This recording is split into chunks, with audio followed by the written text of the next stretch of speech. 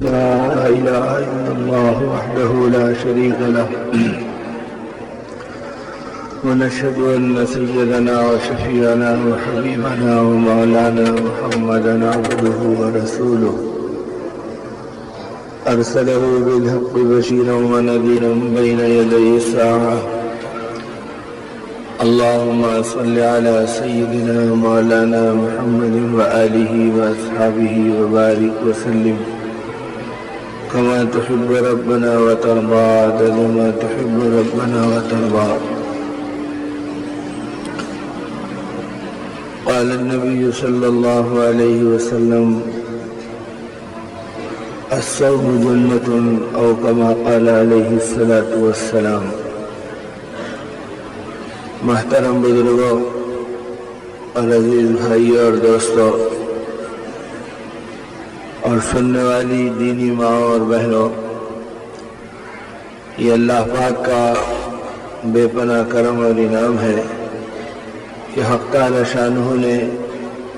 ہم جیسے انسانوں کی زندگی میں مہلت بھی دی اور پھر ہدایت اور توفیق بھی دی کہ ان کے ماہ مبارک کے استقبال کی فکریں کریں اور اس مبارک مہینے سے اپنی زندگی کو سنوارنے اور بنانے کی فکر کریں. تو خوش نصیب ہے اللہ کے وہ بندے اور بندیاں جن کو اللہ پاک نے زندگی کی مہلت بھی دی، ایمان کی نعمت بھی دی اور ہدایت کا مہینہ بھی عطا فرمایا، اور ماہ مبارک میں کچھ اپنے توبہ اور استغفار کی اور اپنی زندگیوں کو جھانکنے اور اپنے اعمال کو ٹٹولنے کی اور اپنے اور اللہ کے درمیان کے تعلق کو مضبوط و بلند کرنے کی سعادت عطا فرمائی. یہ اللہ کا انعام ہے. خوش نصیب ہے وہ انسان جو اس کی قدر کر لے اور اپنی زندگی کو ایمان اور اعمال صالحہ سے نوازنے کی فکر کر لے، اس لیے کہ دین اور دنیا میں ضابطے جدا جدا ہیں. اگر کوئی آدمی یہ چاہے کہ میرا مقصود دنیا بن جائے تو ایک تو دنیا بے حیثیت و بے قیمت ہے، اور دوسرے دنیا کے حاصل کرنے میں چالاکیاں بھی کام آتی ہیں، مکاریاں بھی کام آتی ہیں، اور آدمی کی اپنی گویا الٹ پھیر کی تدبیریں بھی کام آتی ہیں. لیکن دین اور ایمان کی دولت وہ ہے جس میں نہ چالاکیوں کا دخل ہے، نہ مکر و فریب کی گنجائش ہے، نہ ریا و نمود کو داخلہ ہے، بلکہ یہاں تو آدمی کے اندر طلب ہو، اخلاص ہو، اور آدمی اطاعت اور قربانیوں پر چلے. تو جو اطاعت اور قربانیوں پہ چلتا ہے اللہ اسے اپنا دین دیتے ہیں، اور اگر اطاعت اور قربانیوں سے منہ موڑتے ہیں تو نبی کے گھر والوں کو بھی اللہ دین سے محروم کر دیتے ہیں. جو قرآن پاک آپ اور ہم سن رہے ہیں اور اللہ پاک اس ماہ مبارک کی برکت سے پڑھنے اور سننے اور تلاوت کی توفیق کی عطا فرما رہے ہیں، اس پاک کلام میں اللہ رب العزت نے حضرت لوط علیہ السلام اور حضرت نوح علیہ السلام کا تذکرہ فرمایا کہ یہ ہمارے نبی ہیں اور اولو العزم انبیاء میں سے ہیں، اور ایسے انبیاء میں سے ہیں جن کا تذکرہ اللہ نے قرآن پاک میں کیا. اور پھر اللہ پاک نے بتلایا کہ باوجود یہ نبی ہونے کے ان کی بیوی اور ان کے بیٹے کو ہم نے ہدایت سے محروم کیا اور ایمان سے دور کیا، اس لیے کہ وہ ان میں طلب نہیں تھی، وہ ہمارے نبی کو پہچاننے کے لیے تیار نہیں تھے، وہ ہماری قدرت کو تسلیم کرنے پر مائل نہیں تھے. تو باوجود نبی کی بیوی ہونے کے اور نبی کا بیٹا ہونے کے ہم نے ان کو اپنے عذاب میں گرفتار کیا. اور جس وقت نوح علیہ السلام اپنی پدرانہ شفقت کے اوپر آ گئے اور اس بات کو مانگا کہ اللہ میرا بیٹا ہے اسے بچا دے، تو حق تعالی شانہ نے اپنے جلال اور اپنی بے نیازانہ شان کو ظاہر فرمایا اور قرآن پاک کو اس کا ذکر کیا کہ ہم نے نوح علیہ السلام کی دعا کے جواب میں یہ کہا کہ یا نوح انہ لیس من اہلک، اے نوح سمجھ جاؤ، باخبر ہو جاؤ، یہ تمہارے اہل میں سے نہیں ہے باوجود تمہارا خونی رشتہ ہونے کے. انہ عمل غیر صالح، اس کا عمل چونکہ پاک نہیں ہے بلکہ نیک انسانوں کے عمل سے ہٹا ہوا ہے، لہذا باوجود تمہارا صلبی اور تمہارا خونی رشتہ ہونے کے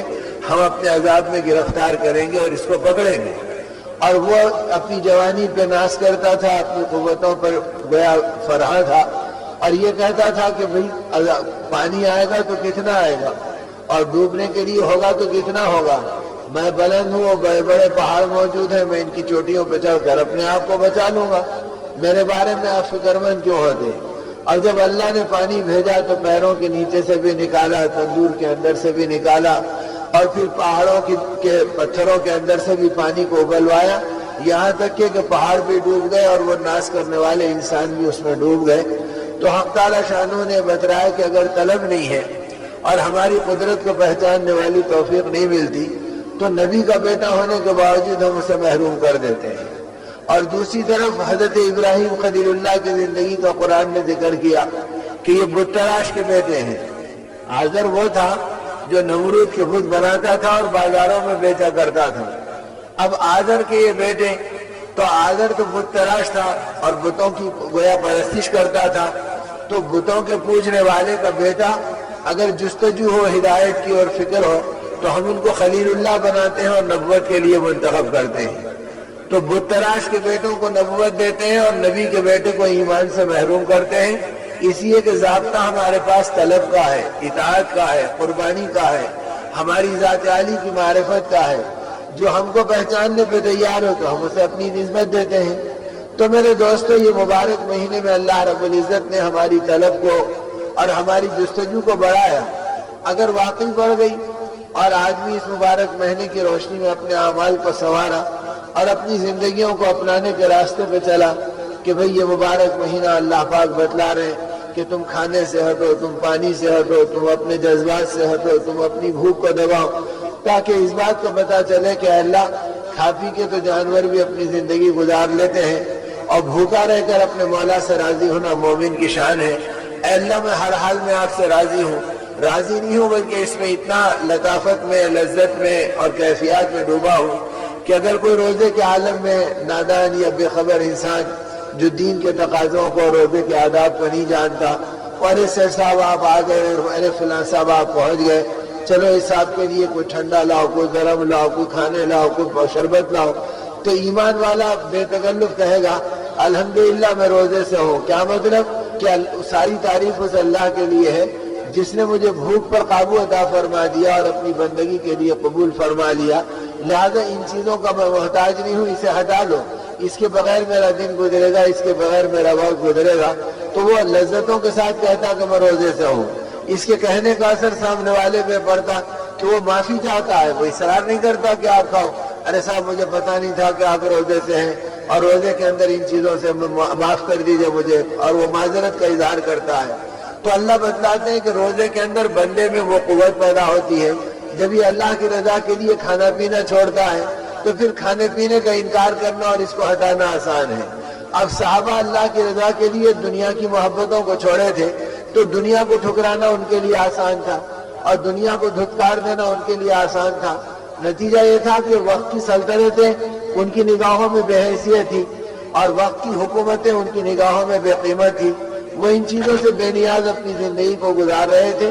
اس لیے کہ ان کے نزدیک یہ تھا کہ ہم اللہ کے بندے ہیں جن کے قبضے اور قدرت میں سب کچھ ہے۔ وہ تو عز من تشاء و تذل من تشاء، وہ ہیں کہ جس کو چاہے عزت دے دیں، جس کو چاہے ذلت دے دیں۔ تو ذلت اور عزت جب ان کے خزانوں میں ہے اور وہی مالک ہے تمام ممالک کے اور ملوک کے، اور جسے چاہے وہ ملک دے دیں، جس سے چاہے وہ ملک چھین لے، تو پتہ چلا کہ یہ چیزیں اللہ کے قبضے میں، بندوں کے قبضے میں نہیں ہیں۔ تو اس سے محروم ہونے کی ضرورت کیا، اور اس سے مجبور ہونے کی ضرورت کیا، اور اس سے متاثر ہونے کی ضرورت کیا؟ تو نتیجہ یہ تھا کہ پھر یہ اللہ والے دنیا اس کو ٹھکرا دیتے اور اللہ کی قدرت اور اس کے خزانوں پر یقین رکھتے تھے۔ پھر اللہ اپنی قدرت سے ان کی زندگیوں کو نوازتے بھی تھے اور اللہ اپنی قدرت سے ان کی محبتوں کو غیروں کے دلوں میں ڈالتے بھی تھے، اور وہ بے تاب ہو جاتے تھے کہ کوئی خدمت ان کی مل جائے، کوئی محبت ان کی مل جائے، کوئی تعلق ان کا مل جائے۔ تو یہ چیزیں برکتیں تھیں ایمان کی اور اعمال کی، اور اس کی تربیت تھی قرآن میں اور رمضان میں کہ آدمی اس قرآن کی روشنی میں اپنی زندگی کو سنوارے اور رمضان کی روشنی میں اپنی زندگیوں کو سدھارے اور ان اعمال پر چلائے۔ تو اللہ کا وعدہ یہ ہے کہ اگر تم اس نسبت کے اوپر آؤ گے کہ میری اطاعت، میرے نبی کی محبت، میرے قرآن کی عظمت، میرے دین کی حیبت اور اس راستے کی فکروں کو تم اپنی زندگی میں لے کر چلو گے، تو نتیجے کے اندر میں زمین و آسمان کو تمہارے قدموں کے اندر ڈال دوں گا۔ اور ڈالا اللہ پاک نے، صحابہ کی زندگیاں گواہ ہیں اور صحابہ کے بعد اولیاء امت کی زندگیاں ان باتوں کی شہادت دیتی ہیں کہ جب زندگی دین و ایمان کی بنی تھی تو نتیجے کے اندر جنگل کے جنگلی جانور مسخر ہو گئے تھے، دریا ان کے قدموں کے اندر تابع ہو گئی تھی، اور زمین و آسمان کی شکلیں ان کے لیے پابند بن گئی تھی۔ امیر المومنین حضرت عمر رضی اللہ تعالیٰ عنہ مدینے میں خلافت کے منصب پہ فائز ہیں اور دور فاروقی چل رہا ہے۔ صحابہ کہتے ہیں جب آپ چلنے لگے تو مدینے کی زمین لرزنے لگی اور ایسے معلوم ہے جیسے زلزلہ آنے کو ہے۔ جب زمین ہلنے لگی تو آپ کو کچھ سجائی نہیں دیا، آپ کے ہاتھ میں کوڑا تھا، آپ نے زمین کے اوپر مارا اور زمین کی پیٹھ پر مار کر یہ کہا خبردار اگر آگے ہلے گی تو عمر اپنے کوڑے سے تیری خبر لے گا۔ تجھے پتا نہیں کہ اللہ کے نبی کا غلام خلافت کے فریضے کو انجام دے رہا ہے اور حلال و حرام کو پہچان رہا ہے اور امت اللہ کے حکموں پہ چل رہی ہے، اگر آگے ہلے گی تو عمر کا کوڑا ہوگا اور تیری پیٹھ ہوگی۔ تو صحابہ کہتے ہیں ایک کوڑے سے زلزلہ تھم گیا اور آنے والی لرزنے والی زمین ٹھہر گئی۔ تو دنیا کی ساری طاقتیں مل کے زلزلے کو نہیں روک سکتی، لیکن آقا کے غلام کا کوڑا زمین سے ابلنے والے زلزلے کو روک دیتے اور اس کو قابو میں کر دیتا۔ تو یہ طاقتیں اللہ نے بدلائی اور قیامت تک کے لیے دکھلا دی کہ ہمارے دین میں طاقت ہے اور ہمارے راستے میں یہ برکت ہے، ہمارے اعمال میں، ہمارے نبی کے اعمال میں یہ قوت ہے اور ہمارے حکموں کے اندر یہ عظمت ہے کہ اگر اس راستے پہ کوئی چلے گا تو اس کے نتیجے میں زمین اس کے تابع ہوگی، آسمان اس کے تابع ہوگا، ہر شکل اس کے تابع ہوگی۔ اور ایسے تابع بنا کر اللہ پاک نے دکھلا دیا کہ آتش فشاں لاوا پھوٹا حضرت عمر رضی اللہ عنہ کے زمانے میں اور آگ اس کے اندر سے بھڑکنے لگی۔ آ کر صحابہ نے اطلاع دی کہ امیر المومنین مدینے کے پہاڑوں سے آگ نکلی ہے اور وہ آتش فشاں مدینے کی آبادی کی طرف آگے بڑھ رہا ہے، پتہ نہیں کس لمحے کے اندر مدینے کی آبادی جل کے خاکستر ہو جائے۔ تو حضرت عمر رضی اللہ عنہ نے بیٹھنے والے اپنے ساتھیوں پر نظر ڈالی، فرمایا ان کے اندر بیٹھنے والوں میں سے تمیم داری کو اٹھایا اور فرمایا تمیم اٹھو۔ تو فرمایا امیر المومنین کیا حکم ہے؟ فرمایا اس آگ کو مدینے سے باہر کر کے آؤ۔ اب حضرت تمیم فرما رہے ہیں کہ اللہ حضرمی فرما رہے ہیں کہ اللہ کے نبی کے چہیتے امیر المومنین مجھ میں کیا سکت ہے اور مجھ میں کیا طاقت ہے؟ آپ نے فرمایا تم میں تو کچھ نہیں ہے، لیکن ہم جانتے ہیں اللہ کے نبی صلی اللہ علیہ وسلم نے تم لوگوں کی برکت بتائی۔ فرمایا اللہ حضرمی اٹھو اور جا کے اس آگ کو مدینے کے باہر کر دو۔ فرمایا امیر المومنین آپ کی اطاعت میں جا رہا ہوں ورنہ میرے اندر کوئی طاقت اور تاثیر نہیں ہے کہ میں آگ کا مقابلہ کر سکوں۔ اور صحابہ کہتے ہیں کہ وہ اپنے امیر کے حکم میں چلے گئے اور آنے والے ساتھیوں نے کہا کہ دیکھو آگ کے شعلے بھڑک رہے جو آبادی کے قریب آ رہے ہیں۔ اب آپ آگ کے شعلوں کے مقابل چلے گئے، یہاں تک کہ آگ کے قریب پہنچ کر جو شعلے بھڑک رہے تھے اور مدینے کی آبادی کی طرف آ رہے تھے، آپ نے اسے اپنے ہاتھوں سے دھکا دیا اور فرمایا دور ہٹ جا، یہ اللہ کے نبی کی آبادی ہے اور ان کے چہیتے صحابہ رہتے ہیں جو دین کی فکروں کو دنیا میں لانے کے ذمہ دار ہیں، اور خبردار جو آگے بڑھے گی۔ اور جب آپ نے دھکا دیا تو دھکا دیتے ہی کئی فرلانگ وہ آگ پیچھے کو چلے گئے۔ اب شعلے آگے کو نظر آ رہے ہیں اور حضرت اعلیٰ حضرمی رضی اللہ تعالیٰ نے اس کے پیچھے جا رہے ہیں۔ جب اور آگے قریب پہنچ گئے تو آپ نے پھر دوسرا دھکا دیا، فرمایا دور ہٹ جا، تو کدھر یہاں پہ ٹھہری ہوئی ہے؟ وہ آگ کے شعلے اور پیچھے کو ہٹ گئے، یہاں تک کہ اعلیٰ حضرمی اور آگے کو بڑھے اور پھر اس کو دھکا دیا اور دھکے دیتے دیتے 10-5 دھکوں کے اندر وہ آگ کے شعلے جہاں سے پھوٹا تھا آتش فشاں کا لاوا وہ وہاں پر پکنے لگے اور وہاں پر وہ ابلنے لگے۔ آپ نے وہاں پر جا کر تھوکا اور دھکا دے کے فرمایا خبردار جو آئندہ کو نظر آئیں گے تو وہ شعلے بجھ گئے اور آتش فشاں ٹھنڈا ہو گیا۔ تو میرے دوستوں کبھی ایمان کی پھونک میں اور ایمان کی تھوک میں اللہ نے وہ تاثیر دی تھی اور ایمانی دھکوں میں اللہ نے وہ قوت دی تھی کہ ابلتے ہوئے آتش فشاں کو اور آگ کے لاوے کو مدینے کے باہر کر دینا ایک صحابی کے لیے کافی تھا۔ ایک ایمان والے کو دھکا دینا اور اس کو باہر کر دینا اللہ نے دکھایا۔ اور جب ایمان کی محنتیں ٹوٹ گئی اور ایمان کی فکریں ہماری زندگی میں چھوٹ گئیں تو بجائے اس کے کہ ہم باہر کے آگ کو بجھا دیتے، ہمارے سینوں میں بے چینی کی آگ لگی ہوئی ہے، ہمارے دلوں میں دشمنی کی آگ لگی ہوئی ہے، ہمارے گھروں کے اندر بے اطمینانی اور بغاوت کی آگ لگی ہوئی ہے، اور اس کو فروغ کیا کرتے؟ یہ رات دن بھڑک رہی ہے اور یہ خاندانوں میں پھیل رہی ہے، یہ آبادیوں میں پھیل رہی ہے۔ مسلمان کو محبت کی نظر سے دیکھنے سے محروم ہو گیا۔ وہ دین اور ایمان جس کے نتیجے میں جانور ہم کو محبت سے دیکھتے اور درندے ہماری اطاعت کرتے، آج ہماری سگی اولاد ہماری اطاعت کرنا مشکل ہو گئی۔ گھروں کا چین لٹ گیا، تو یہ سارا وبال اور عذاب وہ ہے جو اعمال کی قیمت کو نہیں پہچاننا اور اعمال نبوت کا زندگی کے اندر باقی نہیں رہنا اور ایمان کی طاقتوں سے محروم ہو جانا، اس نے ہماری زندگیوں کو اکثر خالی کر دیا کہ ان چیزوں سے ہم بالکل محروم ہو گئے۔ ورنہ اس امت کو تو بنایا گیا تھا اس لیے کہ تم اللہ کے دین کا کام کرو گے، تمہاری ضرورتوں کو اللہ غیب سے پوری کرائے گا۔ دو صحابہ بڑھاپے کے زمانے میں ملک شام سے واپس آ رہے ہیں، نبی رحمت صلی اللہ علیہ وسلم کے زمانے میں دین کا کام کرتے رہے، دور صدیقی کے اندر دینی محنتوں میں اپنی جان کو تھکاتے رہے اور اسلام پہ مر مٹنے کے ساتھ اپنی زندگی کو بھلاتے رہے، اور دور فاروقی میں آدھی خلافت کا زمانہ گزر گیا اور اس 6-7 سال کے اندر اپنے آپ کو تھکایا بھلایا اور شہادت کے نذرانے کے طور پہ اپنی جانوں کو لے کر چلتے رہے۔ اب اس کے بعد جب ملک شام سے واپس آ رہے تھے تو راستے میں ٹھنڈے پانی کا چشمہ نظر آیا اور لہلاتی ہوئی کھیتیاں نظر آئیں، تو وہاں پہ پڑاؤ ڈال دیا کہ چلو یہاں پہ ٹھہریں گے اور امیر المومنین سے اجازت لیں گے کہ باقی زندگی یہاں اللہ اللہ کرتے ہوئے گزار دیں گے، خدا نخواستہ جوا کھیلتے ہوئے نہیں گزاریں گے، غفلتوں میں نہیں گزاریں گے، دنیا کی لہو و لعب اور لغویات میں نہیں گزاریں گے، بلکہ وہ اللہ اللہ کرتے گزاریں گے جن کا ایک مرتبہ اللہ اللہ کہہ دینا قیامت تک آنے والی پوری امت کی عبادتوں سے افضل قرار دیا گیا۔ صحابہ وہ ہیں نبی پاک صلی اللہ علیہ وسلم کی صحبت میں رہنے والے، آپ نے فرمایا تم میرے صحابہ کو نہیں پہچانتے اور ان کے مقام کو نہیں جانتے، اگر یہ مٹھی بھر جو خیرات کر دیں تو بعد آنے والی امت کا طبقہ اگر احد کے پہاڑ کے برابر سونا خیرات کر دے تو ان کی مٹھی بھر جو کے برابر نہیں ہو سکتا۔ تو ان کے مرتبے اتنے اونچے، ان کی قربانیاں اتنی اونچی، تو وہ کہہ رہے ہیں کہ اے امیر المومنین اگر آپ اجازت دے دیں تو بڑھاپا ہے، ضعیفی کا زمانہ ہے، پوری زندگی دین و ایمان کی محنت میں گزر گئی، اگر آپ اجازت دے دیں تو اس باغات میں ہم ٹھنڈی ہواؤں میں ہم پڑے رہیں گے اور بچی زندگی بڑھاپے کی آرام کر لیں گے اور اللہ اللہ کہتے اپنی زندگی گزار دیں گے۔ تو حضرت عمر رضی اللہ عنہ نے ان کو جواب یہ بھجوایا کہ کیا یہود و نصارہ مر گئے جو تمہارے دل کھیتیوں میں لگ گئے اور تم باغات میں مجبور ہونا چاہتے ہو؟ فرمایا اللہ نے یہود و نصارہ کو رکھا ہے، تم دین اور ایمان کا کام کرو اور دنیا قدموں میں اللہ ان کے ذریعے تمہارے دلاتے رہیں گے، وہ کھیتی باڑی کرتے رہیں گے، خراج ہم کو دیتے رہیں گے اور وہ جزیہ آتے رہے گا اور اس سے اللہ تمہارا پیٹ بھرتے رہیں گے، تمہاری نسلوں کی ضرورت پوری کرتے رہیں گے۔ اگر تم دین کی محنت چھوڑ دو تو پھر یہود و نصارہ کے مرتبے پہ جانے کا ڈر ہے۔ تو گویا جب تک یہ امت دین کا کام کرتی رہی اللہ نے انہیں دنیا سے بے نیاز رکھا،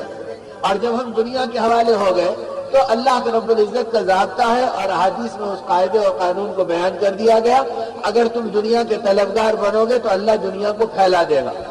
اور تم دنیا کے پیچھے بھاگتے رہو گے یہاں تک کہ تم دنیا کے قدموں میں ذلیل ہوں گے، دنیا تمہارے قدموں میں نہیں آئے گی، اور اگر تم دین اور ایمان کی محنت کرو گے تو اللہ دنیا کو سکیر دے گا اور دنیا سمٹ جائے گی اور سمٹتے سمٹتے تمہارے قدموں میں آ جائے گی اور ذلیل ہو کے آئے گی۔ وَأَتَتْهُ الدُّنْيَا وَهِيَ رَاغِبَةٌ، یہ دنیا ناک رگڑتے ہوئے تمہارے قدموں میں آئے گی اور تمہیں دنیا کے سامنے ذلیل ہونا نہیں پڑے گا۔ یہ نسخہ اور یہ راز انبیاء کے امام مخبر صادق و مصدوق حضرت محمد رسول اللہ صلی اللہ علیہ وسلم نے اپنی امت کو بتلا دیا کہ اگر تم دین اور ایمان کا کام کرو گے تو اس کے نتیجے کے اندر پھر اس دنیا کو خدا ذلیل کر کے تمہارے قدموں میں ڈال دے گا۔ اب یہ مبارک مہینہ اللہ نے اس کا نظارہ دکھلایا کہ تم تھوڑی دیر کے لیے کھانا چھوڑے، تھوڑی دیر کے لیے پانی چھوڑے، تو تم ایک لذت کو چھوڑے تو اللہ بے شمار لذتیں تم کو دے رہا ہے، تمہارے کھانے میں برکت، تمہارے پینے میں برکت، تمہارے میٹھے اور کھٹوں میں برکت اور تمہارے شربت اور لذتوں میں برکت۔ اب اتنی برکت کہ غریب کے جھوپڑے پر بھی دیکھ لو تو رمضان المبارک میں جو کھانوں کی برکتیں نظر آتی، جو چیزوں کی برکتیں نظر آتی، جو کپڑوں کی برکتیں نظر آتی، سال کے 11 مہینوں میں اس کا تصور ایک آدمی نہیں کر سکتا۔ مسلمان تو مسلمان ہے، غیر مسلم بھی تصور نہیں کر سکتا کہ یہ کھانے پینے کی بہاریں آپ کہیں دیکھ لو، یہاں سے لے کے حرم تک دیکھ لو اور یہاں سے لے کے دنیا کے کونے تک دیکھ لو، تو وہ کھانے، وہ پینے، وہ لذتیں اور وہ محبتیں کہ آدمی اس کو ڈھونڈنا پڑے گا۔ حرم کے علاقوں سے لے کے کناروں تک پورے علاقے میں مدینہ طیبہ کے جوار میں دیکھ لو، مکہ مکرمہ کے سائے میں دیکھ لو، لوگ آدھی رات تک ٹرالی کے اندر کھانے بھر کے پھرتے رہتے ہیں۔ کوئی حاجی قبول کر لے، کوئی عمرہ کرنے والا قبول کر لے، اور مل جاتا تو عید مناتے ہیں، اور جب خالی ہوتا تو اپنی گاڑیوں کو بھگاتے ہیں کہ دوسرے بھر کے لائیں گے کہ پھر یہ رات ملے گی نہیں ملے گی، پھر یہ مہینہ ملے گا نہیں ملے گا، اور اللہ کے بندوں کی خدمت کا موقع ملے گا نہیں ملے گا۔ اور ہم اپنے علاقوں میں دیکھتے ہیں، مسجدوں کے دروازے پہ دیکھ لو، افطاری کے منظر میں دیکھ لو، اپنے گھروں کی کیفیات میں دیکھ لو، گلی کوچوں میں دیکھ لو، ہر ایک کا جذبہ ہے کہ کسی کے گھر میری افطاری پہنچ جائے اور کسی کے ہاتھ میرا کھجور لگ جائے۔ تو اللہ بتلا رہے ہیں کہ تم اپنے ایک کھانے کو روک رہے ہیں، تم ہزاروں میں کھلانے کی محبت تمہاری ڈال دے رہے ہیں، اور ہر ایک تمہارے لیے دیوانہ وار آ رہا کہ اسے کھلا دو۔ اور جب ہم دنیا کی محبت میں 11 مہینے ڈوبتے ہیں تو کوئی کھلاتا تو کیا، ہمارا مال چھین لینے کا ڈر لگا ہوا رہتا ہے، اور جتنے واقعات آتے ہیں، اسے چاقو لگ گئی، اسے مار دیے، اس کی گاڑی لوٹ لیے، اس کے گھر، تو کیا کائے کے لیے کہ بھائی مال کو لوٹنے کے لیے اور ان کی زندگیوں کے سکون کو چھیننے کے لیے۔ تو جب ہم اپنے سے اپنے سکون کے منصوبے بناتے ہیں تو خدا حالات کو پلٹ دیتے ہیں۔ ہم سمجھتے ہیں کہ بھائی ہم مال کما لیے تو کام بن گیا، ارے خدا نخواستہ ایک ٹانگ ٹوٹ گئی، ایک بیماری آ گئی، تو جتنا کمائے اس سے زیادہ اس بیماری میں لگ جائے گا۔ اور اللہ جب دینے کے اوپر آئیں گے تو بے محنت کے دے دیں گے، تھوڑے میں برکت دے دیں گے، اور غیب سے ہماری ضرورتوں کو پوری کر دیں گے۔ اور یہ اللہ نے ہر زمانے میں کرایا، جتنے اللہ والے گزرے، ان کی کاروبار کیا تھے، ان کی تجارت کیا تھی، ان کی ملازمت کیا تھی، تو کچھ نہیں ملے گی۔ خواجہ نظام الدین اولیاء رحمۃ اللہ علیہ کی، خواجہ قطب الدین بختیار کاکی رحمۃ اللہ علیہ کی، حضرت شیخ نصیر الدین دہلوی رحمۃ اللہ علیہ کی، حضرت خواجہ اجمیر رحمۃ اللہ علیہ کی، لیکن یہ ملے گا کہ ان کے دستروں پہ بادشاہ کے گھر سے زیادہ لوگ کھایا کرتے تھے،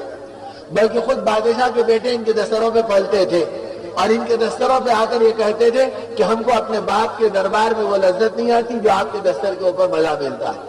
تو اللہ یہ دکھلا رہے کہ ہماری نسبت پہ چلنے والوں کو ہم کتنا نوازتے ہیں اور ان کی زندگیوں کو کتنا بناتے ہیں۔ تو میرے دوستو، یہ مہینہ اطاعت کا ہے، اور یہ مہینہ قربانیوں کا ہے، جس سے دین زندگی کے اندر آتا ہے۔ اگر آدمی دین کی محنت کر لے اور ایمانی اعمال کو اختیار کر لے اور اللہ کو راضی کر لے اور اللہ کو اپنا بنا لے، تو اللہ رب العزت کے قبضے اور قدرت میں سب کچھ ہے، تو اللہ ساری دنیا کو پھر اس کا بنا دیتے ہیں اور سب وہ اس کے قبضے میں آ جاتی ہے۔ ہارون رشید کے واقعات میں آتا ہے،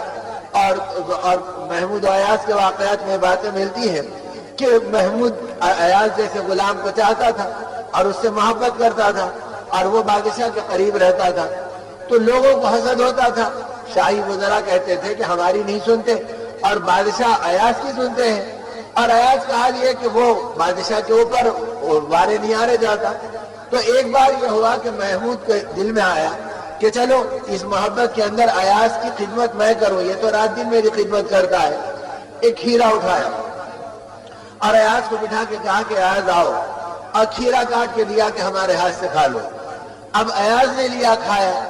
تو وہ کڑوا تھا، لیکن ایاز کھاتے چلے گئے۔ اب محمود پہ تردد ہوا کہ یہ ہمیشہ میرا خیال رکھنے والا، پہلا ٹکڑا دیا تو کھا لیا، دوسرا دیا تو کھا لیا، تیسرا دیا تو کھا لیا، اور چوتھا دیا تو کھا لیا، آج یہ میرا خیال نہیں کر رہا، پورا خود ہی کھاتے چلے جا رہا۔ اب آخری ٹکڑا جو بچ گیا تو بجائے ایاز کو دینے کے محمود نے خود اسے اپنے منہ میں ڈال لیا۔ جب منہ میں ڈالا تو اتنا کڑوا تھا کہ بادشاہ جیسی زبان بادشاہت کی جو لذتوں کو اور رغبتوں کو جانتی ہے، وہ زبان پہ پڑتی ہوئے زہر کی طرح جھنکار طبیعت میں ہو گئی۔ فوراً تھوک دیا محمود نے اور کہا ایاز، اتنے کڑوے کھیرے کو تم نے پورا کھا لیا، اور کبھی یہ چہرے کے اوپر کوئی بار بھی نہیں ہوا اور زبان سے اس کا انکار بھی نہیں ہوا، تو کیسے تم نے اس کو کھا لیا؟ تو ایاز غلام نے کہا بادشاہ محمود سے کہ حضور، جن کے ہاتھوں سے رات دن نعمتیں ملتی ہے، اگر آج ایک مصیبت کی چیز مل گئی تو غیرت میری گوارا نہیں کری کہ اس کا انکار کروں، میں نے شکرانے میں کھا لیا۔ اے اللہ، ہمیشہ ان ہاتھوں سے آپ نعمت دیے، اگر آج یہ دیے تو اسے بھی میں نعمت سمجھتا ہوں۔ تو اب محمود کی نگاہ میں ایاز کا مقام اور بڑھ گیا۔ تو اسی کو اہل اللہ نے فرمایا، جو اللہ رات دن نعمتیں دیا، بچپن سے پالا، جوانی پہ پہنچایا، قوتیں دی، طاقتیں دی، دنیا کے کمانے کی سہولتیں دی، ان کو حاصل کرنے کے مواقع دیے، اگر وہ اللہ کبھی آزماتا ہے بھوک میں، پیاس میں، تنگی میں، تو اس اللہ کی اطاعت کر کے اس وقت بھی حلال کو حلال سمجھو، حرام کو حرام سمجھو، اور اپنی زندگی میں اللہ کی اطاعت و پابندی کے اوپر اپنے آپ کو چلاؤ تاکہ بندگی نظر آئے۔ یہ کیا کہ ذرا اللہ نے حالات میں جھنجھوڑا تو اب اللہ سے بدگمان ہو گئے، دعائیں ہماری قبول نہیں ہو رہی، اللہ ہماری سننے رہے، نعوذ باللہ، اللہ ہمارے پابند نہیں، ہم اللہ کے پابند ہیں۔ اب سنانے کی محنت کرو اور اللہ کو منوانے کے راستے پہ چلو۔ جیسے دنیا میں انسان کی مان لیتا ہے، اور آنے والی تکلیف کو اور اس کڑوے چیز کو اس لیے گوارا کر لیا کہ اس بادشاہ کے ہاتھوں نے ہزاروں نعمت دی تو کبھی میں نے انکار نہیں کیا، ایک مصیبت پہ کیا انکار کروں، اس لیے میں نے کھا لیا۔ اب بادشاہ کو پتا چلا تو بادشاہ کی نگاہ میں اس کی قیمت اور بڑھ گئی۔ اب لوگ کہہ رہے ہیں کہ حضور آپ کس سے محبت کر رہے ہیں؟ تو بادشاہ کو بھی ایک دن ایاز کی قدر و قیمت کو سوچنے کا موقع ملا، تو اس نے یہ کیا کہ اپنے دربار میں ہیرے لوٹائے، موتیاں بکھیر دیا، اور یہ اعلان کیا کہ جو جس کو لے لے، جس پہ ہاتھ رکھ دے وہ اسی کا ہے۔ اب دربار کے اندر جتنے وزراء اور مصاحبین بیٹھے تھے کوئی اپنی کرسی پہ باقی نہیں رہا، لوٹ پوٹ ہو گئے کہ بھئی وہ ہیرا مل جائے، وہ موتی مل جائے، وہ گوہر مل جائے، وہ لال مل جائے۔ تو دربار میں ایک لوٹملاٹ کا منظر بنا ہوا تھا اور ایاز بازو کھڑا ہوا تھا، وہ اپنی جگہ سے ہلا نہیں۔ تو بادشاہ محمود نے کہا کہ ایاز تم میرا اعلان نہیں سنے؟ کہا جہاں پہ نہ سن لیا، کہا کہ میرا اعلان یہ تھا کہ جو جس پہ ہاتھ رکھ لے وہ اس کا ہے، اور لوگ اس کے لینے کے لیے دوڑ رہے ہیں، تم اپنی جگہ پہ یہیں کھڑے ہیں۔ تو ایاز نے کہا کہ آپ کا یہی اعلان ہے کہ جو جس پہ ہاتھ رکھ دے وہ اس کا ہے؟ کہا یہی اعلان ہے۔ کہا حضور آپ دیکھتے نہیں کہ میں آپ کی پشت پہ آپ کی پیٹھ کی طرف کھڑا ہوں اور میرا ہاتھ آپ کی پیٹھ کے اوپر رکھا ہوا ہے؟ گویا یہ ہیرے لے رہے، میں ہیرے والے کو لے لیا، جب ہیرا والا میرا ہو گیا تو پوری سلطنت میری ہو گئی۔ میں کیا ان حقیر ہیروں کے پیچھے جاؤں، اور میں کیا ان بے قیمت موتیوں کے پیچھے جاؤں؟ ایک موتی کی کوئی قیمت ہے، موتی والا میرا ہے،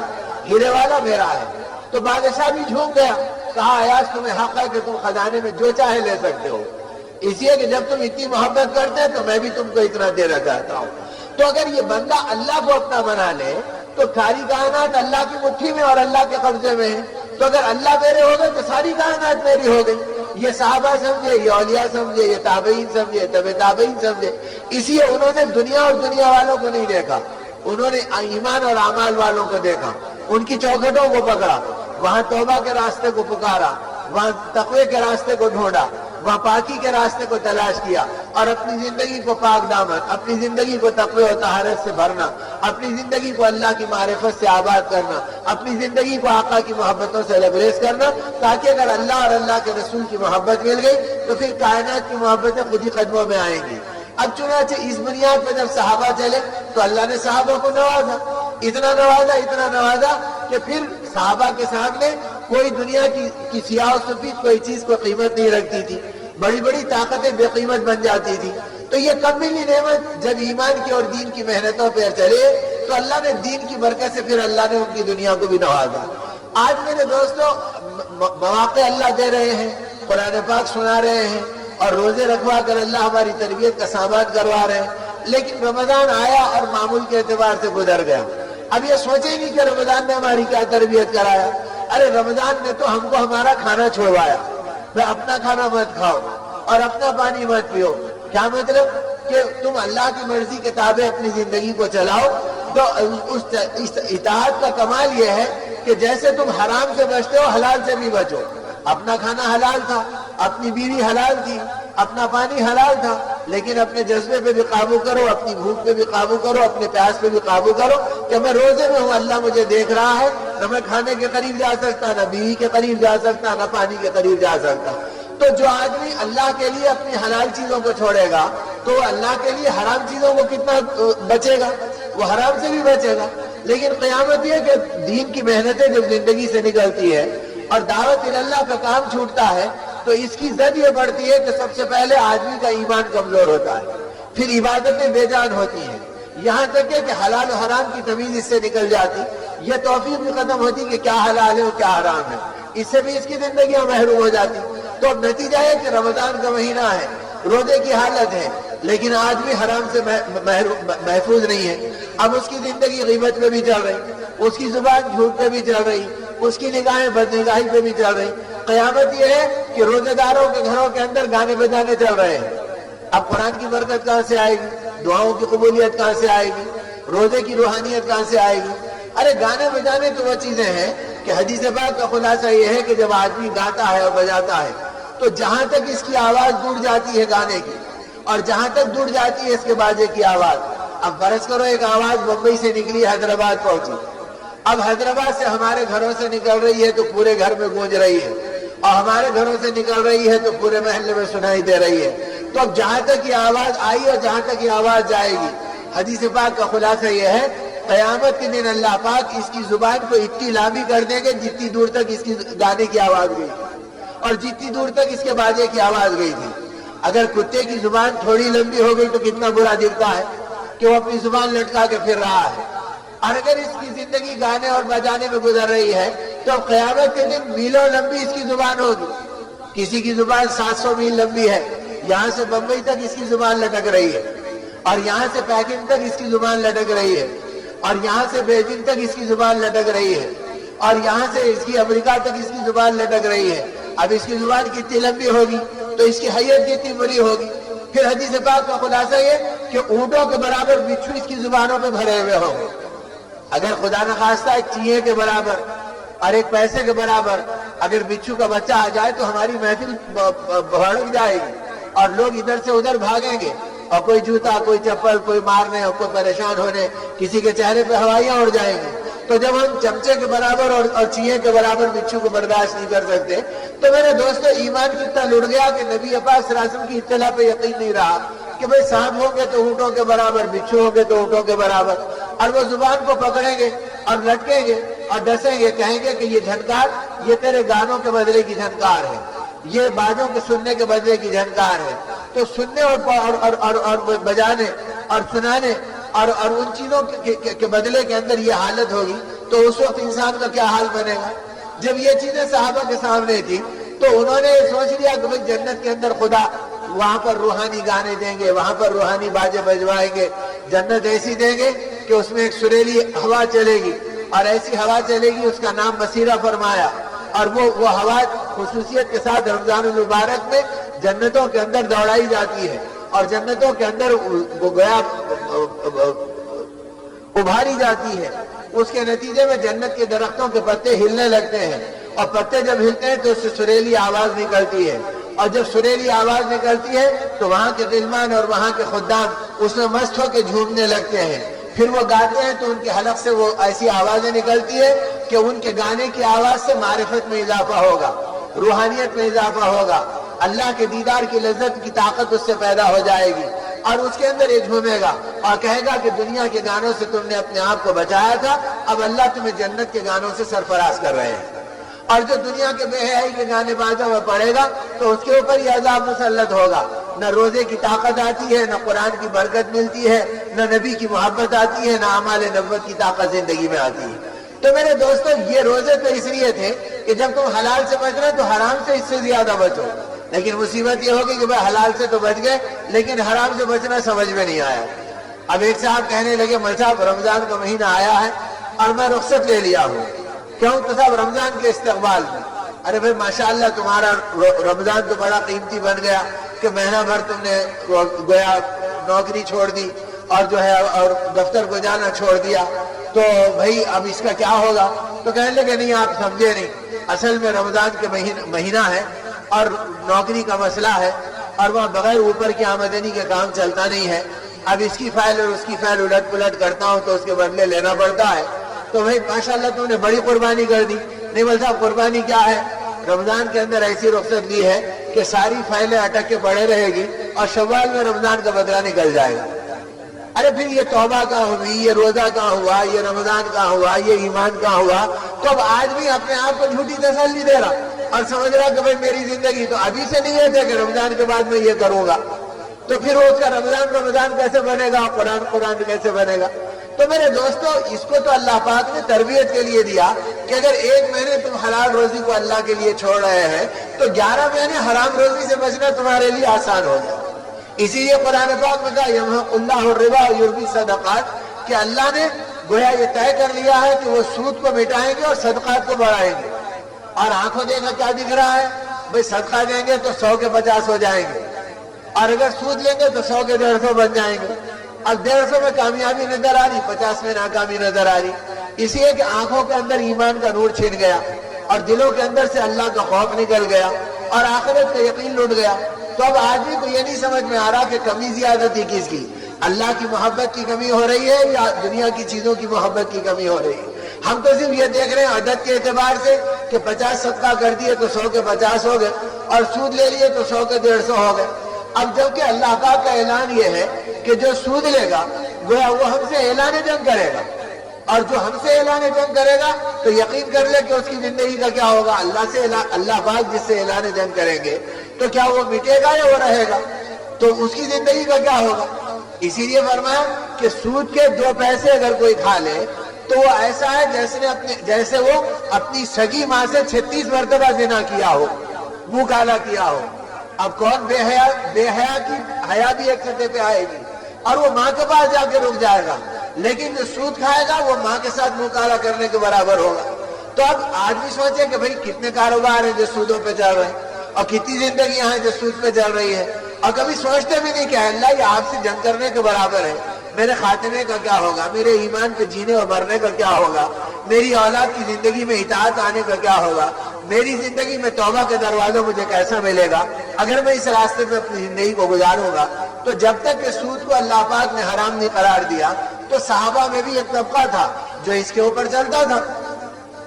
لیکن جب ان کو احساس ہوا کہ یہ راستہ صحیح نہیں ہے کہ پیسے سے پیسہ لیا جائے اور اللہ کے بندوں پہ ظلم کیا جائے اور لوگوں کی مجبوری سے فائدہ اٹھایا جائے، تو حضرت عباس رضی اللہ تعالیٰ عنہ جو نبی پاک صلی اللہ علیہ وسلم کے چچا ہوتے اور وہ آئے مدینے میں رسول اللہ صلی اللہ علیہ وسلم کی خدمت میں اور کہا کہ اللہ کے نبی یہ بتائیے کہ مجھے پتا چلا کہ اللہ نے سود کو حرام قرار دیا اور میرا لاکھوں کا مال سود کے کاروبار میں لگا ہوا ہے اور کروڑوں اس سود کے ذریعے سے کمائے جا رہے ہیں، تو اب آپ کا کیا حکم ہے کہ میں اصلی مال کو بھی چھوڑ دوں، راس المال کو بھی ختم کر دوں، یا راس المال جو میرا اصلی مال ہے مجھے لینے کی اجازت ہے؟ اللہ کے نبی صلی اللہ علیہ وسلم نے سکوت اختیار کیا، آپ خاموش ہو گئے۔ جب خاموش ہو گئے تو حضرت عباس بھی خاموش ہو گئے۔ تھوڑی دیر میں وحی آئی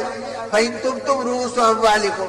کہ جو لوگ توبہ کر لیں سود کے ناپاک کاروبار سے تو اللہ پاک اختیار دیتا اور اجازت دیتا ہے کہ ان کے لیے راس المال حلال ہے، وہ اس کو حاصل کر لے سکتے ہیں، کہ ان کا اصلی مال ان کا اپنا مال ہے۔ تو آپ نے حضرت عباس کو بلایا کہ جاؤ میرے چچا کو بلا لاؤ۔ فرمایا اللہ نے حکم فرمایا اور اللہ نے وحی نازل کی اور یہ فرمایا کہ راس المال ان لوگوں کا ہے جو سود سے توبہ کر لے تو ان کا اصلی مال ان کے حق میں حلال ہے۔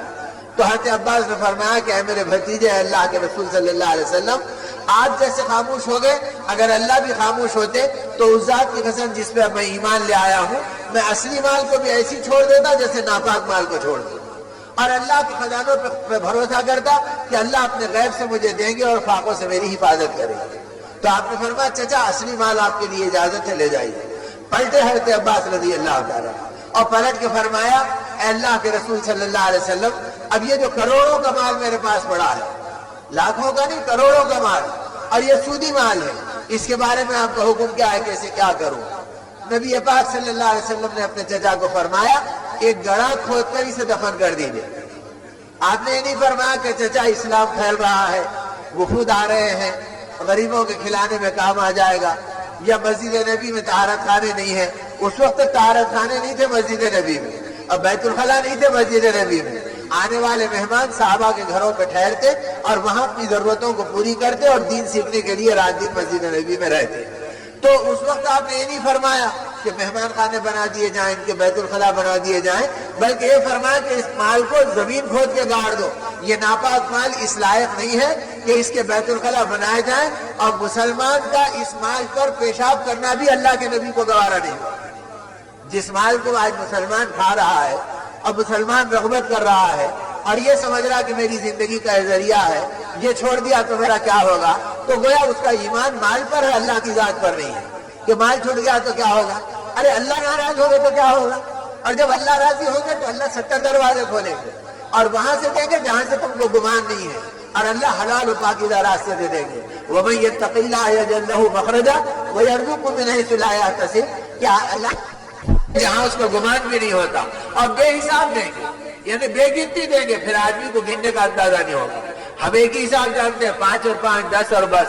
لیکن وہ حساب جو بے حساب ہے کہ اللہ دیں گے اور بے حساب دیں گے، تو اللہ پاک یہ بتلا رہے کہ ہم اپنی قدرت سے دیں گے۔ تو مغرض یہ کہ میرے دوستو، رمضان المبارک کا مہینہ یہ تربیت کا مہینہ ہے کہ تم سے حلال چھڑا رہے تاکہ تم حرام کو چھوڑنے والے بنو۔ تمہاری آنکھیں قرآن کو دیکھ رہی ہے، اب یہ آنکھیں بے حیا مناظر کو نہ دیکھیں، اب یہ آنکھیں بے حیا تصاویر کو نہ دیکھیں، یہ آنکھیں اس ناپاک ٹی وی اور ٹی وی کے امراض پیدا کرنے والا اور کینسر سے زیادہ موذی مرض ایمان کی زندگی میں نفاق کا پیدا کرنے والا، ان آلوں کو اپنے گھر میں رکھنے سے اپنے آپ کو بری کرو، جس کے ذریعے سے تمہاری اولاد باغی ہو رہی، تمہاری عورتیں بے حیا ہو رہی، تمہاری نگاہیں بدنگاہی کا شکار بن رہی، تمہارے قلوب سخت ہو جا رہے ہیں، تمہاری زندگی کے اندر اعمال کی عظمت ختم ہو جا رہی، تمہارے سینوں میں نبی کی محبت لوٹ جا رہی ہے، تمہاری زندگی میں اللہ کی عظمت نکل رہی ہے۔ ان ناپاک چیزوں سے اپنی زندگیوں کو بچاؤ۔ اس کی دعوت اللہ کا پاک کلام دے رہا ہے، اللہ کے نورانی روزے ہماری تربیت کا سامان کرا رہے ہیں تاکہ زندگی کے اندر نورانیت اور روحانیت آئے۔ اور آقا یہی چاہتے تھے کہ میری امت نورانی بنی رہے اور میری امت روحانی بنی رہے، اور قیامت کے دن میں اپنی امت کو دیکھ کر خوش ہو رہا ہوں۔ تو آقا کس امت کو دیکھ کے خوش ہوں گے؟ آقا دنیا میں اپنی امت کو داغدار بننا گوارا نہیں فرمایا۔ ایک امتی جو ابھی اسلام میں داخل ہوئے، ان کو لایا گیا رسول اللہ صلی اللہ علیہ وسلم کی خدمت میں، اور یہ کہا گیا اللہ کے نبی انہوں نے چوری کی ہے۔ تو حضور پاک صلی اللہ علیہ وسلم نے اپنے چہرے مبارک کو دوسری جانب پھیر لیا۔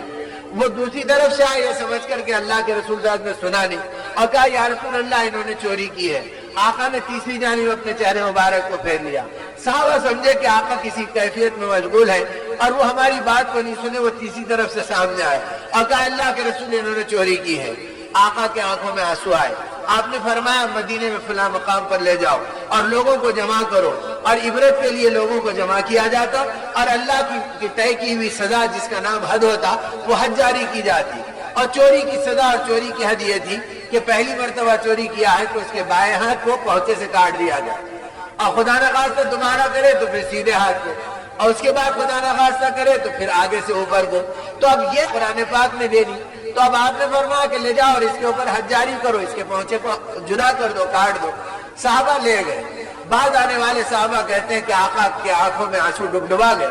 پھر آپ بے چین ہو کے ٹہلنے لگے، آپ کے چہرے پہ آنسو کی لڑیاں بہنے لگی۔ کبھی اپنے گھر کے قریب جاتے، کبھی ممبر مبارک کے قریب آتے، اور ہچکیوں کے اندر ممبر مبارک پر سر رکھ دیتے، اور سسکیاں آپ کی ٹھنڈی آہیں نکلتے رہتی۔ تو بعد آنے والے صحابہ تاڑ گئے کہ آقا کو اپنے امتی کا غم بے چین کر رہا ہے۔ تو صحابہ نے کہا اللہ کے حبیب آپ ہی نے حکم دیا اور آپ رو رہے ہیں، اگر آپ حکم نہیں دیتے تو یہ عمل نہیں کیا جاتا۔ آپ نے فرمایا کہ اے میرے ساتھیوں میں اللہ کا نبی ہوں، اگر میرا کوئی چہیتا بھی عمل کرتا تو میں یہ حکم دینے پہ مجبور ہوں، اللہ کا حکم نافذ کرنا نبی کے ذمے ہے۔ لیکن کیا بہتر ہوتا کہ تم نبی کی آنکھوں کے سامنے نہ لاتے، اس کو چھپا لیتے۔ میں چاہتا تھا کہ میری آنکھوں سے وہ ہٹ جائے، میں دوسری طرف پھیرتا رہا تاکہ تم اسے ہٹا لیتے اور ندامت اس کو توبہ پہ ڈال دیتی، اور وہ اللہ سے معافی مانگ کر اور لوگوں کا حق ادا کر کے آگے اس برے عمل سے باز آ جاتا۔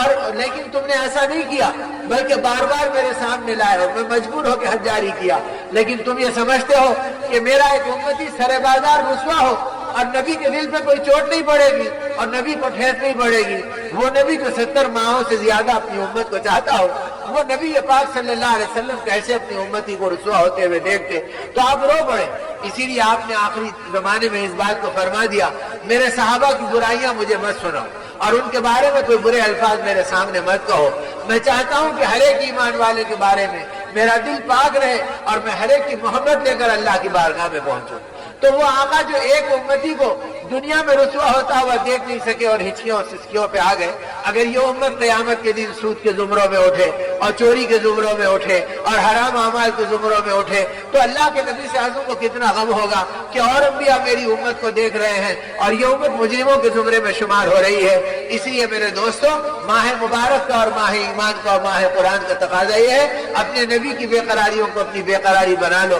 اور اپنے نبی کی تمناؤں کو اپنی تمنا بنا لو۔ آقا کی تمنا یہ تھی کہ ایک ایک امتی ایمان کا جوہر لے لے اور دنیا کے اندر نور نبوت کا مظہر بن جائے اور سارے انسانوں کو ہدایت کی طرف بلانے والا بن جائے۔ سجائے کہ آج ہماری زندگیاں ایسی ہو گئی کہ مرد بھی بے خبر ہو گئے، عورتیں بھی بے دینی کے راستے پہ پڑ گئی، نہ پردہ رہا، نہ حیا رہی، نہ آخرت کی فکر رہی، نہ گود کی اولادوں کی تربیت کا سامان رہا، نہ دین اور ایمان کی محنتوں کے لیے اپنی زندگی کو فارغ کرنا رہا۔ نبی پاک صلی اللہ علیہ وسلم نے تو امت کو اتنا اٹھایا تھا کہ ایک ایک عورت کی فکر یہ تھی کہ میں دین کے کام آ جاؤں، ایمان کی محنتوں میں چل جاؤں، میری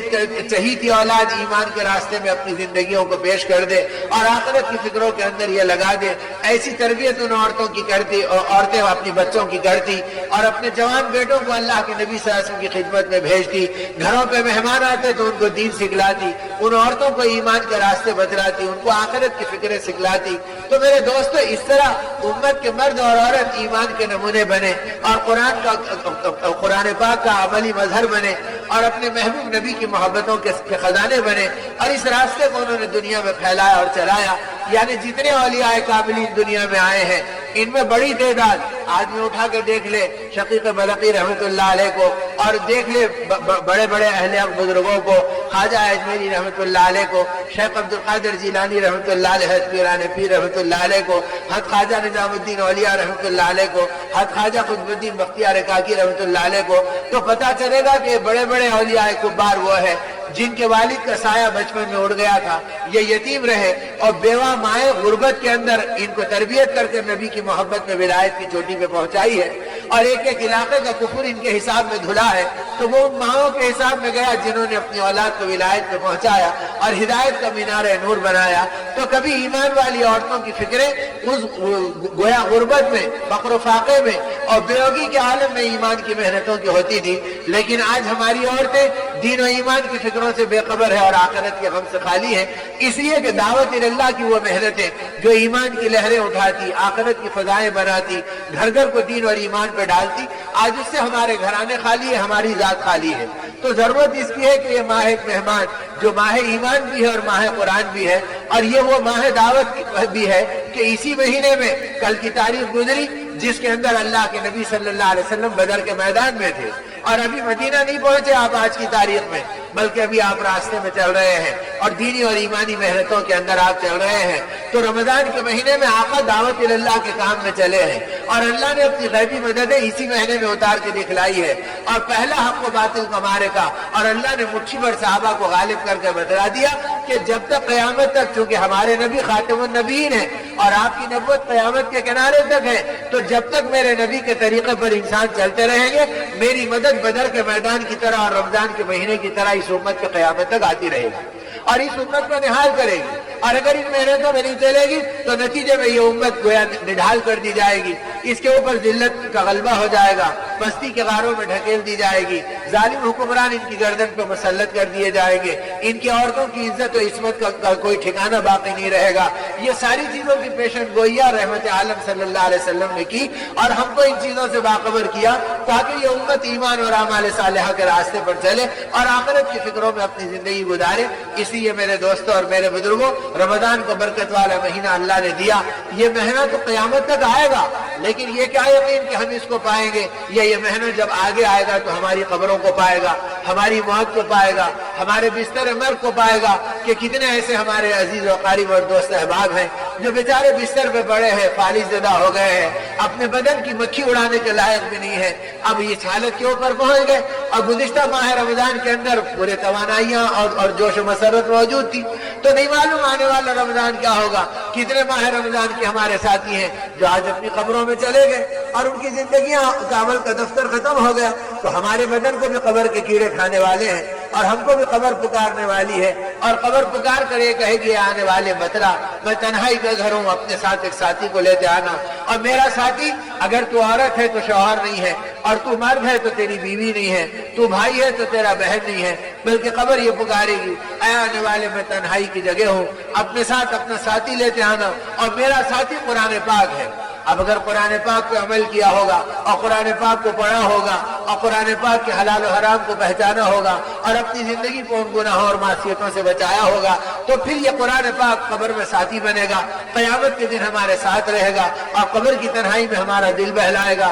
حشر کے میدان میں اللہ پاک اس قرآن پاک کو اپنے پڑوس میں جگہ دیں گے، یہ اپنی آنکھوں سے ہم کو دیکھے گا اور اپنی زبان سے گواہی دے گا، اور اللہ پاک کہیں گے کہ میرے پاک کلام کی گواہی جس کے موافق میں آ گئی اس کے لیے جنت استقبال کرے گی، اور جس کی مخالفت میں آ گئی جہنم کے شعلے اس کو لپٹیں گے۔ اب آدمی دیکھے کہ اللہ کہیں گے اپنی زندگی کی کتاب کو نکال اور ہماری کتاب سے ملا کے دیکھ لے کہ ہماری کتاب کے موافق ہے یا مخالف ہے۔ اب زندگی کی کتاب کو اللہ کے موافق بنانا ہے تو توبہ کا دروازہ ہے، استغفار کا راستہ ہے، دعاؤں کے لیے اللہ کو پکارنا ہے، پچھلی زندگی کو دھونا ہے، اگلی زندگی کو آقا کی محبتوں سے نہال کرنا ہے، اور دین اور ایمان کی محنتوں پر اپنے آپ کو چلانا ہے، تو اللہ رب العزت پھر اعمال دین اور اعمال دعوت کی برکت سے زندگیوں کو میرے دوستو اتنا نہال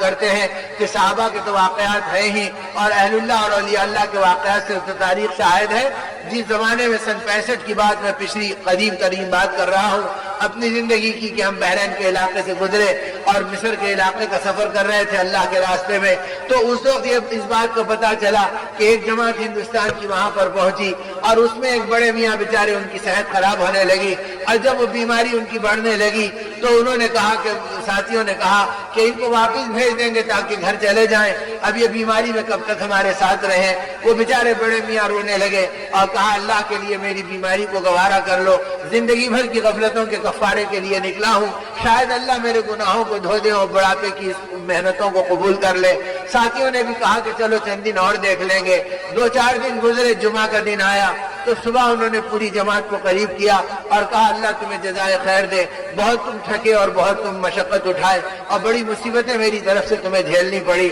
اللہ کے لیے معاف کر دو، اب آگے تم کو تکلیف اٹھانی نہیں پڑے گی۔ ساتھی بھی کے آنکھوں میں آنسو آ گئے اور ساتھیوں نے کہا کہ چچا اتنا زیادہ مایوس مت ہو، اللہ آپ کو صحت دے دیں گے اور ہم کیا کریں، اللہ کے راستے میں خدمت کا موقع ملا۔ انہوں نے کہا کہ بیٹا یہ بات نہیں ہے، آج کی رات میں نے خواب میں اللہ کے نبی صلی اللہ علیہ وسلم کا دیدار کیا اور آقا نے مجھ سے کہا کہ اے میرے امتی، کل دوپہر کا کھانا میرے ساتھ جنت میں کھانا ہے۔ مجھے یقین ہو گیا کہ اب مجھے رہنا نہیں ہے۔ اب یہ کہہ کر ہچکیاں لی، ساتھی سمجھائی رہے تھے اور کلمہ پڑھ کر جمعہ کی نماز سے پہلے رخصت ہو گئے اور بحرین میں ان کی قبر بن گئی۔ لیکن میرے دوستو کتنی بڑی خوشخبری زندگی میں آ گئی، زندگی بھر کے گناہ دھل گئے، آقا نے اپنے امتی اور اپنا محبوب قرار دیا اور جنت میں کھانا کھانے کی دعوت دے دی۔ اس سے بڑھ کے نعمت کیا، زندگی کی قیمت وصول ہو گئی۔ تو میرے دوستو یہ خزانے دعوت کے کام کی طاقت میں چھپے ہوئے ہیں، اس لیے کہ دعوت کا کام میرے اور آپ کے گھر کا کام نہیں ہے، یہ حضرت محمد رسول اللہ صلی اللہ علیہ وسلم کے سینے کا غم ہے اور آپ کے صحابہ کی بھی محنتیں ہیں۔ اسی اپنی زندگی میں دعوت اللہ کی محنتیں کرتے رہنا، حرام اور حلال اعمال کو پہچانتے رہنا اور آقا کی محبتوں سے اپنے سینے کو منور و معمور کرتے رہنا۔ اللہ پاک اپنے کرم سے ہمارے ٹوٹے پھوٹے روزوں کو قبول فرمائے اور دین کی محنتوں میں مرتے دم تک چلنے کی توفیق دے اور قرآن پاک کے سنانے میں برکت دے، اور اللہ ہماری نماز و تراویح کو قبول فرمائے۔ اب یہ نیتیں کرے کہ بھئی اب تک جو ہو گیا ہو گیا، اب بقیہ زندگی اللہ کے حکموں پہ چلے گی اور ہر نافرمانی سے اپنے آپ کو بچائیں گے اور ہر فرمانبرداری کو سینے سے لگائیں گے اور حضرت محمد رسول اللہ صلی اللہ علیہ وسلم کی سچی غلامی کے ساتھ اپنی زندگی گزاریں گے اور اس کے لیے دین کی محنت مرتے دم تک انشاءاللہ کریں گے بھائی انشاءاللہ۔ اب اس کے لیے اتوار کو مل فردی کی مسجد آنا اور رمضان المبارک میں ظہر کی نماز میں پہنچنا تاکہ دینی اور ایمانی محنتوں کا ماحول ملے، اپنی مسجد کے گشت و اجتماع کو آباد کرنا، اپنے بھائیوں کی خوشامد کرنا اور اس مبارک مہینے میں اقل درجے میں کم سے کم درجے میں ایک 3 دن اللہ کے راستے میں نکلو تاکہ دعوت اللہ کی محنت اس ماہ مہمان اور ماہ ایمان میں مل جائے اور باقی 11 مہینوں میں کرتے رہنا اللہ آسان کر دے۔ کریں گے بھائی انشاءاللہ، اللہ آسان کرے۔ ابھی 14 دن باقی ہیں، اب اس کے اندر کوشش کر لیں کہ بھئی 3 دن کی جماعتیں جمعہ، ہفتہ اتوار اور ہفتہ اتوار پیر ہر حلقے سے اور ہر مسجد سے نکل رہی ہے، اس کے اندر اپنے اوقات کو لگایا کرو اور اللہ سے مانگو، جو نیت کرے گا اللہ آسان کریں گے انشاءاللہ۔ اللہ اپنے کرم سے قبول فرمائے۔ درود شریف پڑھ کے دعا کر لیں۔ ٹھیک ہے، دعا کر لیں۔ الحمدللہ رب العالمین والصلاة والسلام علی رسولہ الکریم۔ اللهم ربنا ظلمنا أنفسنا وإن لم تغفر لنا وترحمنا لنكونن من الخاسرين. اللهم يا أول الأولين ويا آخر الآخرين ويا ذا القوة المتين ويا راحم المساكين ويا أرحم الراحمين ويا راحم المساكين ويا أرحم الراحمين. اللهم يا حنان يا منان يا بديع السماوات والأرض يا ذا الجلال والإكرام يا حي يا قيوم برحمتك نستغيث. اللهم طهر قلوبنا من النفاق وأعمالنا من الرياء وألسنتنا من الكذب وأعيننا من الخيانة فإنك تعلم خائنة الأعين وما تخفي الصدور۔ اے اللہ ہمارے گناہوں کو معاف فرما، ہمارے قصوروں کو درگزر فرما۔ اے مولا آپ کی بارگاہ میں آپ کی دی ہوئی توفیق سے اے اللہ آپ کے بندے اور بندیاں جمع ہیں، آپ کے نبی کے اے اللہ باندیاں اور آپ کے غلام جمع ہیں۔ اے اللہ آپ ہی کے سامنے بھکاری بن کر اپنے گناہوں پہ نادم ہو کر ہم ہاتھ اٹھائے ہوئے ہیں۔ مولا 11 مہینے کے گنہگار اور قصوروار اور دنیا کی محبتوں کے دلدل میں لٹے ہوئے مولا رمضان کے صدقے آپ کی بارگاہ میں پہنچ گئے، اور پہنچے کیا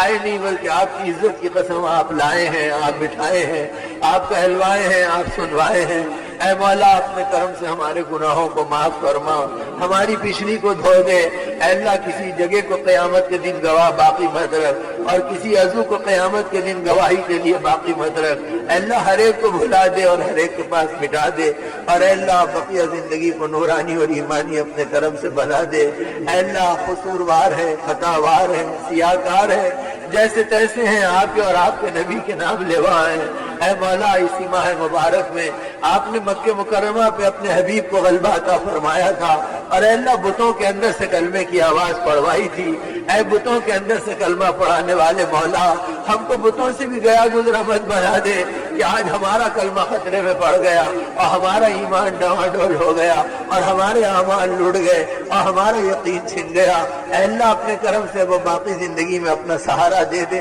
اپنا آسرا دے دے۔ اے بے سہاروں کے سہارا، اے بے یاروں کے مددگار، اے مولا آپ ہی کا آسرا چاہیے۔ اے اللہ اپنے کرم سے ہمارے گناہوں کو معاف فرما دے۔ اے اللہ آپ نے اپنی بارگاہ کو بنوایا، اے اللہ اس مسجد کے چھوٹے پن کو اپنی قدرت سے بڑا بنوایا۔ اے اللہ اس کی خدمتوں میں ہاتھ لگائے، نگاہ لگائی، زبان لگائے۔ اے اللہ اب یہ نگاہیں غلط کیسے دیکھیں، یہ ہاتھ غلط کیسے بولے اور کیا چلے، اور یہ زبان کیسے غلط بولے۔ اے اللہ اپنے کرم سے اپنی بارگاہ میں ہم سب کو معاف فرما دے اور ہم سب کو اپنا بنا لے۔ اے اللہ جب ایک ماں اپنے بیٹے کو آگ میں جلتا ہوا نہیں دیکھ سکتی ہے تو آپ 70 ماہوں کی محبت رکھنے والے اپنے بندوں کے ساتھ یہ کیسے گوارا فرمائیں گے۔ اے اللہ سچی توبہ دے دے، اے اللہ پکی ندامت دے دے، اے اللہ دلوں کے رخ کو پھیر لے۔ اے اللہ کب تک یہ روٹی روزی کے پیچھے پڑے رہیں گے؟ اے اللہ اسے اپنی قدرت کی طرف پھیر لے، اپنی عظمت کی طرف پھیر لے، اپنے حبیب کی محبت کی طرف پھیر دیجئے، اور اے اللہ باقی زندگی کو پاک صاف بنا دیجئے، پاک دامن زندگی گزارنا آسان فرما دیجئے، ہر بے حیائی کے عمل سے بچا لیجئے، ہر بے دینی کے عمل سے ہر مسلمان کے گھر کو پاک فرما دیجئے۔ اے اللہ اس رمضان کا احترام توڑنے سے بچا لیجئے، اور اس روزوں کی عظمت کو لٹانے سے بچا لیجئے، اور اس قرآن کی تعظیم کو اے اللہ بگاڑنے سے ہم کو بچا لیجئے۔ اے اللہ اپنے کرم سے ہمیں قرآن پاک کے مطابق جینا و مرنا آسان فرما۔ اے اللہ آج امت کے کتنے افراد ہیں جو بغیر جنازے کے دفن ہو رہے ہیں اور بغیر غسل کے مر رہے ہیں۔ اے اللہ اپنے کرم سے ان کو پاک زندگی عطا فرما، اور ہم کو بھی پاک زندگی پہ چلا دے اور پاکیزہ زندگی کی فکر عطا فرما دے۔ اے اللہ پورے عالم میں امت کی ذلت کو عزت سے بدل دے۔ اے اللہ پوری عالم میں امت ذلت کے اے اللہ تاریکی کے غاروں میں گر گئی، اے اللہ اپنے کرم سے اس سے نکال لے، ہر ذلت سے، ہر پریشانی سے، ہر پشیمانی سے پوری امت کی حفاظت فرما، ہر عزت کو، ہر قدرت کو، ہر طاقت کو، ہر نعمت کو اے اللہ